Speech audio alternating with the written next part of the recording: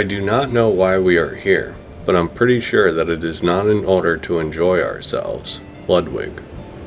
Please remember, I am not a financial advisor. It becomes really complicated really fast. You didn't mention the other space, which may well get us into those three spaces, which is the information war, Right. which is so confusing and can move so quickly. And the capacity for nations now to act in ways in the information space that didn't have. We didn't know what was going on the battlefields of the Somme, right? We did for weeks. The information battle space is now so central to how this will unfold that it gets the variables quickly overwhelm the capacity for modelers to think their way through this, and so they try and do it in bite-sized chunks and make big assumptions and iterate. We war game these things. I mean, we do these war games, pretty regularly, and there's a cottage industry, and some of them are very well run. But the problem with the war games is what Mike just pointed out. Is you introduce so many different variables. It used to be a little easier to do a tabletop, if you were just moving ships or aircraft or that sort of thing around. But once you start introducing cyber, information, space, and all of a sudden, the homeland becomes at risk, maybe because it's a cyber attack, not a long-range bomber from China, but a cyber attack on an electrical grid. Right. Yes. From China, but a cyber attack on an electrical grid. Right. From China, but a cyber attack on an electrical grid. Right. This video is filmed months before the pipeline attack. The CIA, the US government, runs simulations of every act of war they can think of. Now understand that blockchain distributed ledgers, cryptos, are more secure. The attacks that happen on centralized systems cannot happen on distributed systems. Eventually, blockchain-based systems will be a standard, but in the meantime, there needs to be a catalyst for our nation to force corporates to switch over to a new system. It's costly to update the legacy system, and corporates will only update if they're forced to update. This is a matter of national security, so it's coming. The pipeline hack is only public information because they want it to be public information. If this was an act of war, it would be handled quietly. It's out in the public, and they're reacting. I guess I discovered Bitcoin in 2011. I had been working on cryptography for secure messaging, cloud storage for customers like the NSA and various governments and military organizations. David Schwartz has built systems for the NSA. He understands what they're looking for. Is it possible he still has contacts at the NSA? The Ripple board members are tied to the U.S. government. Anya Manuel served as an official at the U.S. Department of State. Gene Sperling is a former White House advisor. Greg Phillips served as a counselor to the Secretary of Treasury, Steve Mnuchin. Rosie Ross has served as the 43rd Treasurer of the U.S. The globe has agreed on new standards, a reset from the legacy system to a new distributed system. But we do have strong reason to believe that the criminals who did the attack are living in Russia. That's where it came from. We're from Russia. We have been in direct communications with Moscow about the imperative for responsible countries to take decisive action against these ransomware networks. International policies have already been discussed. Standards have already been agreed upon. Now we are seeing a pipeline attack that was paid in 5 million of Bitcoin. Crypto being dragged into the ransom means KYC and AML laws are going to be rolled out. Doesn't 5 million seem low for crippling the US? A cyber attack is a matter of national security. We are hearing about it because they want us to hear about it. It has shed light to structural shortcomings that had never been properly addressed before and which impede social cohesion, fairness, inclusion, and equality. Our existing fragmented global architecture is not fit anymore for purpose in the 21st century. It's high time for a great reset. The World Economic Forum, its founder, Klaus Schwab, has been foreshadowing an update to the legacy system to the new system. He has called this the Great Reset.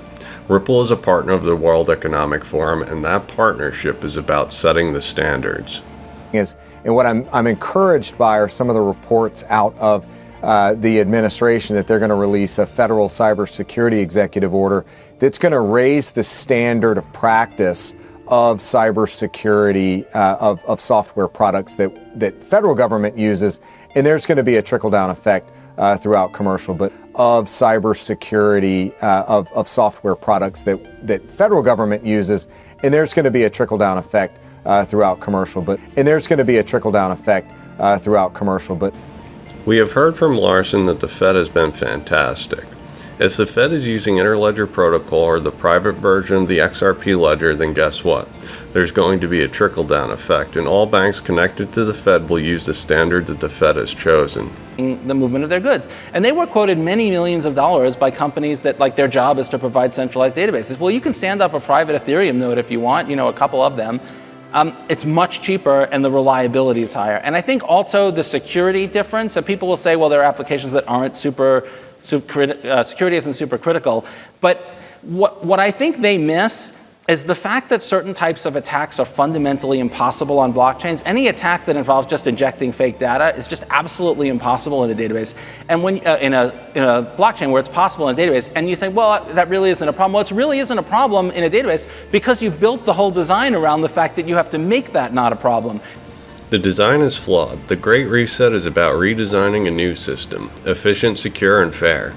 I think also here we need a reset. We cannot go back to the system of multilateralism which we have established after World War II. What we need is a reform of the international system. Just think of the WTO. We have to integrate the new dimensions of global trade, like everything which has to do with e-commerce and so on. So definitively, multilateralism will get a boost by the election of President Biden. And I'm very hopeful that we can now create the necessary systems which we need for the 21st century. A reform of the international system that happened after World War II. He's talking about Bretton Woods and the U.S. being the world reserve currency. He's talking about the reserve status of the dollar fading away. Quote, definitely multilateralism will get a boost with the election of President Biden. And we're in a competition with China and the rest of the world to win the 21st century economically. And we're not going to win it in competing with an infrastructure that is out of the 20th century. We need a modern infrastructure. My American Jobs Plan includes transformative investments in modernizing and securing our critical infrastructure, including digital infrastructure for the financial system and international trade. Things happen slowly, and then it happens suddenly. This pipeline attack was the catalyst for regulations to come to the forefront. We have seen the U.S. act against Binance. We have seen Diem move back to the U.S. from Switzerland. We have heard Brian Armstrong testify in Congress regarding crypto. We have heard Gensler speak out of regulation in crypto. Now $5 million in Bitcoin is paid to a hacking group. Regulations are going to appear, and when they do, the Internet of Value will be revealed. And last night, I signed an executive order to improve the nation's cybersecurity. It calls for federal agencies to work more closely with the private sector to share information, strengthen cybersecurity practices, and deploy technologies that increase reliance against cyber attacks. It's always really hard to attribute where things are coming from. Microsoft has some of the best cyber defenses out there. Amazing that they were hacked, which means we're all vulnerable. It just reiterates again that each of us individually have to be vigilant with respect to cybersecurity. There's a constant low level of conflict here, whether it's the Russians, the Chinese, and in some cases, the Iranians and the North Koreans. This is just going to continue to happen. And a lot of it happens out of our view.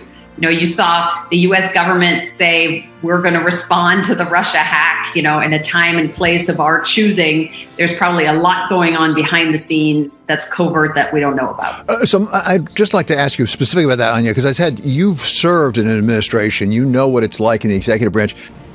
This is covert. They're keeping this under wraps for as long as possible.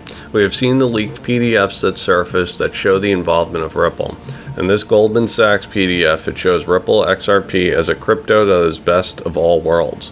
Security, scalability, and decentralization. Again, very much of what this administration has done, my words, makes America look weak and vulnerable. Is that at play here? Digging. You know this. The world knows this. When America's not strong and we're not prepared to execute a deterrence model for our national security, keep people in New Mexico and Kansas and now the East Coast pipeline safe and secure, our adversaries will test us. They'll take actions that undermine the things that matter most to Americans, right? Denying us the ability to move our cars around the country and drive, go to gas pump and not have gasoline there. They know that impacts us.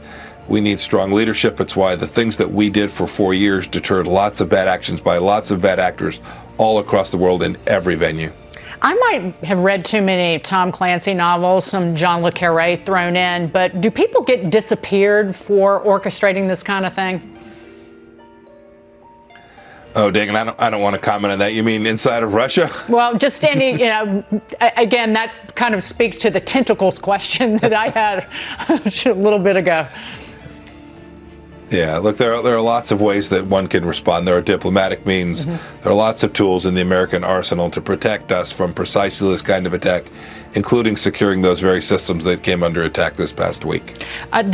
This attack is the catalyst for a defensive strategy that involves updating the U.S. technological infrastructure against future cyber attacks and securing the system that can be attacked. Did you notice how he didn't say no to the reporter's question? If this was an act of war, we wouldn't have heard anything. This is about updating. So we've actually been working with DM for the last several months, initially when they were in fact working on the FINMA license. And we just could not be more excited to be where we are today. We worked together with DM and with the our various regulatory agencies that we deal with as a California state chartered bank and a member of the Federal Reserve. DM is moving from Switzerland back to the U.S. This is happening because they have insider knowledge that the U.S. plans on rolling out guidelines for crypto. The global stablecoin proposal of the G20 is about DM. So if the U.S., the laggard, is ready, the rest of the world is ready. DM is using Silvergate, and Silvergate was one of the banks that was subpoenaed in the SEC versus Ripple case. They wanted to know Larson's and Garlinghouse's personal accounts with Silvergate. What I think we need to move on now, and you've heard the Biden administration say some positive things about it, is as we get our innovation ecosystem up and running to make sure that we, the US, the West, remains front and center on artificial intelligence, quantum computing, semiconductors, all of these key pieces. We need to do more there. And you hear the Biden administration saying it, but I think they haven't quite defined how they want to do it. There is a technological Cold War beginning. The U.S. may seem like they're moving slowly, but that is by design. The covert actions will surface and the U.S. will catch up rapidly. The COVID-19 crisis would be seen in this respect as a small disturbance in comparison to a major cyber attack. We have to ask ourselves in such a situation, how could we let this happen? Despite the fact we had all the information about the possibility and the seriousness of a risk attack. Cybercrime and global cooperation should be at the forefront of the global agenda. We learn by rearranging what we know. Ludwig. Thank you for watching, liking, and subscribing. If you enjoy my work, please consider joining my Patreon, where I offer Discord access, ad-free and early videos, research, and a weekly Zoom meeting.